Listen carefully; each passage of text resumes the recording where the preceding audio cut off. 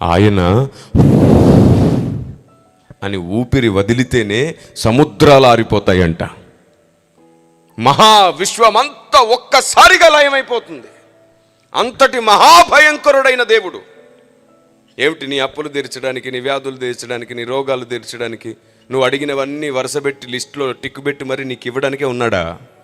ఇంకా దేవుడు అంటే నువ్వు అడిగినవి మాత్రం ఇచ్చేవాడు మాత్రమేనా? నీకు కావలసిన ఆశీర్వాదాలు పొందడానికి నువ్వు దేవుణ్ణి నమ్ముకున్నావా?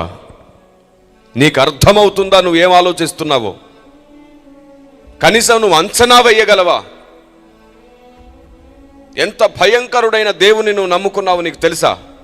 ఆశీర్వాదాలు దీవెనల కొరక ఆయన నమ్ముకునేది. ఆశీర్వాదాలు దీవెనల కొరక దేవునితో పాటు ఉండేది. తప్పు. మీరు ఆశీర్వాదాలు దీవెనల కొరకు మందిరాలకు, సభలకు రావడం మానేసేయాలి. రక్షించబడ్డ కొత్తలో పసితనం, ఆత్మీయ పసితనం ఏం తెలియదు. అప్పుడు మనం విడుదల పొందితే చాలు, మాకు కావలసింది దొరికితే చాలు అని మాత్రమే పరిగెడతాం. కానీ రక్షించబడ్డ 4-5 సంవత్సరాల తర్వాత మనకు భక్తి అంటే ఏంటో తెలుస్తుంది, దేవుడు అంటే ఏంటో తెలుస్తుంది, బైబుల్ అంటే ఏంటో తెలుస్తుంది, విశ్వాసం అంటే ఏంటో తెలుస్తుంది, భక్తులు అంటే ఏంటో తెలుస్తుంది, నడవడం ఎలాగో తెలుస్తుంది.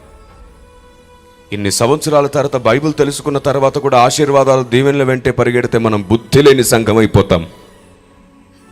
మనం ఆశీర్వాదాలు దీవెనల వెంట పరిగెత్తొద్దు. మనమే ఆశీర్వాదంగా మారిపోవాలని మందిరానికి రావాలి. మనమే దీవెనగా మారిపోవాలని మందిరానికి రావాలి.